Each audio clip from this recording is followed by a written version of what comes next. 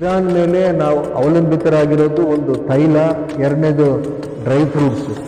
ಅವೆರಡಕ್ಕೂ ನಮಗೀಗ ಹೊಡೆತ ಬೀಳುವಂಥ ಪರಿಸ್ಥಿತಿ ಉದ್ಭವ ಆಗ್ತಾ ಇದ್ದಾವೆ. ಹಾಗೆಯೇ ಬೇರೆ ಬೇರೆ ದೇಶಗಳು ಇರಾನ್ ಜೊತೆಗೆ ವ್ಯಾಪಾರ ವಹಿವಾಟುಗಳು, ಧಾರ್ಮಿಕ ಸಂಪರ್ಕಗಳನ್ನ ಇಟ್ಕೊಂಡಿದ್ದಾರೆ. ಎಲ್ಲರೂ ಎದುರು ನೋಡ್ತಿರೋದು ಆದಷ್ಟು ಬೇಗ ಯುದ್ಧ ನಿಲ್ಲಬೇಕು, ವಿಶ್ವದಲ್ಲಿ ಶಾಂತಿ ಸ್ಥಾಪನೆ ಆಗಬೇಕು.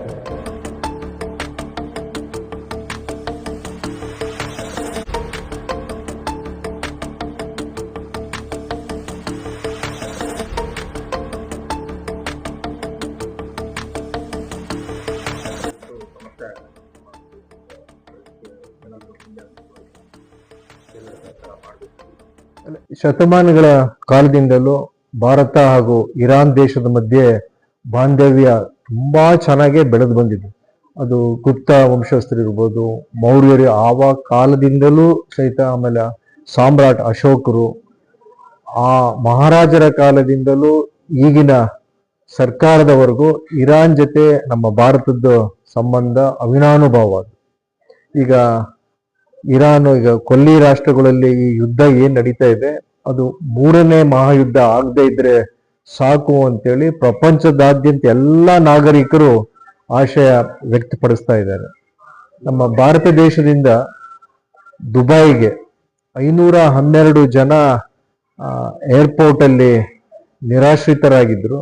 ಅದರಲ್ಲಿ ಈಗ 3 ಫ್ಲೈಟ್ಗಳಲ್ಲಿ 292 ಮಂದಿ ಬೇರೆ ಬೇರೆ ಏರ್ಪೋರ್ಟ್ಗಳಿಗೆ ನಮ್ಮ ಭಾರತ ದೇಶಕ್ಕೆ ವಾಪಸ್ ಬಂದಿದ್ದಾರೆ. ಇನ್ನ ಕೆಲವರು, ಅದರಲ್ಲೂ ವಿಜಯವಾಣಿ ಪತ್ರಿಕೆಯ ಸಾಧಕರು ಪ್ರಶಸ್ತಿಗೋಸ್ಕರ ಅಲ್ಲಿ ಹೋಗಿದ್ದಂಥವ್ರು ಏರ್ಪೋರ್ಟ್ ಹತ್ರನೇ ಅಲ್ಲಿ ಸ್ಟ್ರಕ್ ಆಗಿದ್ದಾರೆ. ಅದರಲ್ಲೂ ಸಂಕೇಶ್ವರ್ ಅವರು ಸಂಪೂರ್ಣವಾಗಿ ಕಾಳಜಿ ತಗೊಂಡು ಅವರ ಆರೈಕೆನ, ಯೋಗಕ್ಷೇಮವನ್ನ ಸ್ವತಃ ನೋಡ್ಕೊಳ್ತಾ ಇದ್ದಾರೆ.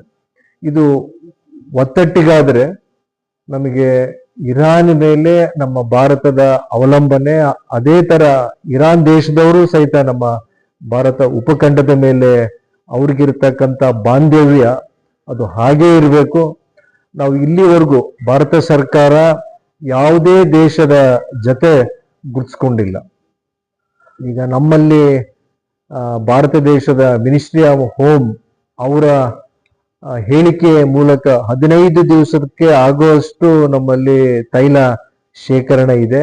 ಆದರೆ ಮುಂದಿಂದು ನಾವು ಯೋಚನೆ ಮಾಡಬೇಕಾಗ್ತದೆ.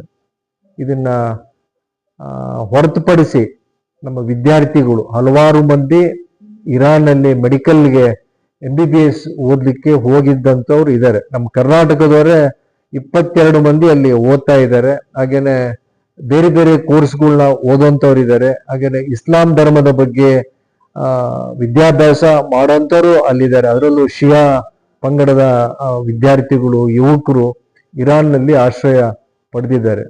ಅವರೆಲ್ಲರ ಸುರಕ್ಷತೆ ನಮ್ಮ ಸರ್ಕಾರದ ಬದ್ಧತೆ.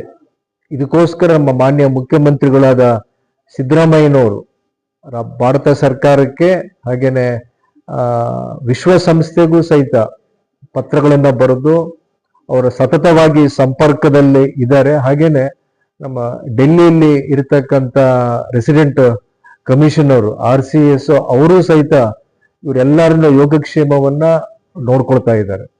ಅಲ್ಲಿ ದೂತಾವಾಸದ ಮುಖಾಂತರ ಅಲ್ಲಿ ಕೌನ್ಸಿಲೇಟ್ ಜನರಲ್ ಜೊತೆನೂ ಸಂಪರ್ಕದಲ್ಲಿದ್ದು ಅವರ ಕ್ಷೇಮವನ್ನ ಅದಕ್ಕೆ ಒತ್ತು ಕೊಡ್ತಾ ಇದ್ದಾರೆ. ಇರಾನಿನ ಸುಪ್ರೀಂ ಲೀಡರ್ ಆಯತುಲ್ಲಾ ಖಮೇನಿ ಅವರ ಸಾವಿಗೆ ಖುದ್ದು ಮುಖ್ಯಮಂತ್ರಿ ಖಂಡಿಸಿದ್ದಾರೆ. ಇಂಥ ಸಂದರ್ಭದಲ್ಲಿ ಭಾರತ ಸರ್ಕಾರ ಯಾವತ್ತೇ ಆಗ್ಲಿ ಭಾರತ ದೇಶ ಹಿಂಸೆಗೆ ಒತ್ತು ಕೊಡಲ್ಲ. ನಮ್ಮ ಮಂತ್ರ ಶಾಂತಿ. ಇದು ರಾಜತಾಂತ್ರಿಕ ಸಮಸ್ಯೆ ಇರೋದ್ರಿಂದ ಅದ್ರ ಬಗ್ಗೆ ಹೆಚ್ಚಿಗೆ ಕಾಮೆಂಟ್ಸ್ ಬೇಡ. ನಮ್ಮ ರಾಜ್ಯ ಸರ್ಕಾರದಿಂದ ಈಗಾಗಲೇ ಸಂತಾಪವನ್ನ ಸೂಚಿಸಿದ್ದಾರೆ. ಎಲ್ಲೆಲ್ಲಿ ಅವ್ರನ್ನ ಧಾರ್ಮಿಕ ಪರಮೋಚ್ಚ ಗುರು ಅಂತ ಹೇಳಿ ಅವ್ರನ್ನ ನೋಡ್ತಾ ಇದ್ರು ಶಿಯಾ ಉಪಪಂಗಡದವರು, ಅವ್ರು ಅಷ್ಟೇ ಅಲ್ಲ, ಇಡೀ ವಿಶ್ವದಾದ್ಯಂತ ಹಲವಾರು ದೇಶಗಳು ದಿಗ್ಭ್ರಮೆ ವ್ಯಕ್ತಪಡಿಸಿದ್ದಾರೆ ಇದಕ್ಕೋಸ್ಕರನೇ. ಹಾಗೆ ಈಗ ಭಾರತ ಸರ್ಕಾರ ಇಷ್ಟರಲ್ಲಿ ಅದೊಂದು ಅಧಿಕೃತವಾದಂತ ಒಂದು ಹೇಳಿಕೆಯನ್ನ ಅವರು ಕೊಡ್ತಾರೆ ಅಂತೇಳಿ ನಾವೆಲ್ಲರೂ ಭಾವಿಸಿದ್ವಿ. ಇಂಥ ವಾರ್ತೆಯಿಂದ ಎಷ್ಟು ಸಮಸ್ಯೆ ಆಗಿದೆ ನಮ್ಮ ದೇಶಕ್ಕೆ, ಏನಾದರೂ ಮುಂದೆ ಕೇಂದ್ರ ಸರ್ಕಾರ ಮಾಡಬೇಕು.